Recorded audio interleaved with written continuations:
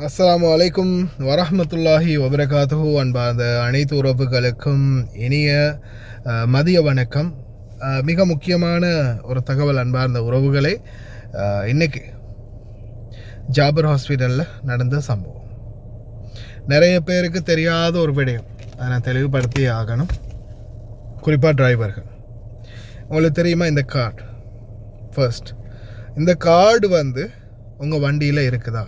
அப்படி இருக்குதுன்னா அந்த வண்டியில் யார் அதுக்குரிய ஓனர், அதோடைய எக்ஸ்பயர் டேட்டை செக் பண்ணணும். சரியா? அடுத்தது இதில் பார்த்தீங்கன்னா இதில் வண்டியோட இந்த கார்டுக்குரிய ஓனர் யாரோ அவங்களோட பேர் இதில் இருக்கும். வண்டி எந்த வண்டியில் வேண்டாலும் நம்ம இந்த கார்டை எடுத்து மாட்டிக்கொள்ளலாம். நம்ம எடுக்கக்கூடிய எந்த வண்டியில் வேண்டாலும் இந்த கார்டை நம்ம மாட்டிக்கொள்ளலாம். ஆனால் இதில் இருக்கக்கூடிய பேரும் சிவில் ஐடியும், இதில் பார்த்தீங்கன்னா ரெண்டு பேரும் இருக்கும், சிவில் ஐடியும் இருக்கும். சிவில் ஐடி நம்பரும் பேரும், இதை நல்லா நோட் பண்ணிக்கோங்க. இந்த கார்டுக்குரிய, இந்த பேருக்குரிய, இந்த சிவில் ஐடி நம்பருக்குரிய நபர் உங்களோட எந்த வண்டியில் வேணாலும் வரலாம். நீங்கள் இப்போ ஒரு கார், உங்களோட வீட்டில் ஒரு வண்டி பழுதாகிடுச்சு, உங்களுடைய ரெகுலராக போகக்கூடிய வண்டி பழுதாகிருச்சு, வேறொரு வண்டியில் நீங்கள் போக போகிறீங்க அப்படின்னும் போது இந்த கார்டை கழட்டி அந்த வண்டியில் வச்சுக்கொள்ளலாம், எந்த பிரச்சனையும் இல்லை. ஆனால் இந்த கார்டுக்குரிய ஆள் இருக்கணும், உங்களோட வண்டியில் இருக்கணும். உதாரணத்துக்கு இந்த கார்டு என்னுடைய மாமாவுடைய கார்டு, என்னுடைய மாமாவுக்கு மட்டும்தான் இந்த கார்டு. என்னுடைய மாமா இந்த கார்டு இருக்குது, பாபாவுக்கும் கார்டு இருக்குது, பாபாவுடைய கார்டு இருக்குது. நான் அதை பின்னாடி மாட்டி வச்சுருக்கேன். பாபாவுடைய கார்டை பின்னாடி இந்த கண்ணாடியில் உங்களுக்கு பார்த்தீங்கன்னா இந்த கேப்பில் விளங்கும் கார்டு சொருகி வச்சுருக்கிறோம் பின்னாடி. பாபாவுடைய கார்டும் இருக்குது, மாமாவுடைய கார்டும் இருக்குது, ரெண்டு பேருக்கும் கார்டு இருக்குது. இவங்களுடைய இந்த ஓனர்களுடைய கார்டு இருக்குது இல்லையா? இந்த கார்டுக்குரிய ஓனர் இருந்தால் மட்டும்தான் நம்ம வீல் சேர் பார்க்கிங்கில், அதாவது இதுக்குன்னு ஒரு பார்க்கிங் இருக்குது, இந்த சைடில் தெரியுதா, இந்த இடத்துல, இந்த பார்க்கிங்கில் நம்மளால் நிறுத்த முடியும். இந்த ஓனர், இந்த கார்டுக்குரிய ஓனர் நம்மளோட வந்தால் மட்டும்தான். அப்படி இல்லாத பட்சத்தில், அவங்க இல்லாத பட்சத்தில் நம்மளால் அந்த இடத்துல நிறுத்த முடியாது. அதே மாதிரி நம்மள்ட்ட அந்த கார்டு இருக்குது தானே, நம்ம தனியாக போனால் நிறுத்தலாமா அப்படின்னா இல்லை, தனியாக போனாலும் நிறுத்த முடியாது. இந்த கார்டுக்குரிய ஓனர் இருந்தால் மட்டும்தான் அந்த இடத்துல வண்டியை நிறுத்தலாம். இல்லாமல் வேறொரு மாமா பாபா நம்மளோட வண்டியில் வந்தாலும், நம்மளுடைய வேறொரு மாமா பாபா நம்மளோட வண்டியில் வந்திருக்கிறாங்க, இந்த காடுக்குரிய மாமா வரல, என்னுடைய மாமாவோ என்னுடைய பாபாவோ இல்லாமல் அவங்களுடைய பிள்ளைங்க யாராவது வண்டியில் வந்திருக்காங்க அப்படின்னா கூட நான் கொண்டு போய் அந்த வீல் சேர் பார்க்கிங்கில் நிறுத்த முடியாது.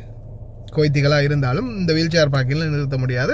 இந்த காடுக்குரிய ஓனரை தவிர வேறு யாராலையும் அந்த அந்த இது இருக்கக்கூடிய இடத்துல நிறுத்த முடியாது.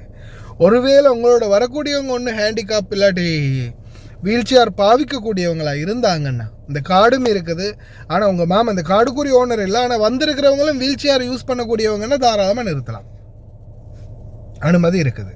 கார்டு இருக்கும் பட்சத்தில், கார்டு இல்லாமல் நிறுத்த முடியாது. தனியாக போய் கூட நிறுத்திடாதீங்க. வேறு மாமா பாபா யாரோடையாவது இந்த கார்டுக்குரிய மாமா இல்லை வேறு யாரோடையாவது வந்திருந்தாலும் அந்த இடத்துல நிறுத்திடாதீங்க. இன்றைக்கி ஜாபர் ஹாஸ்பிட்டலில் இந்த சம்பவம் நடந்தது. 2-3 டிரைவர் மாதிரி செக் பண்ணிவிட்டு இந்த கார்டுக்குரிய மாமா எங்கன்னு கேட்டு அந்த மாமாவை கன்ஃபார்ம் பண்ணினாங்க அந்த இடத்துல. அதுக்கு பிறகு தான் விட்டாங்க.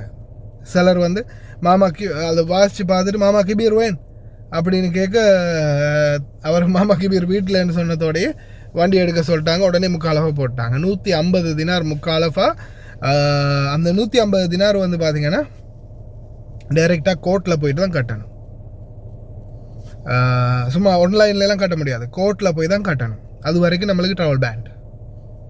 நல்லா ஞாபகம் வச்சுக்கோங்க. இந்த கார்டு யூஸ் பண்ணுறது, இந்த கார்டு வீல் சேர் கார்டு மற்றும் வீல் சேர் பார்க்கிங் நல்லா மைண்டில் வச்சுக்கோங்க.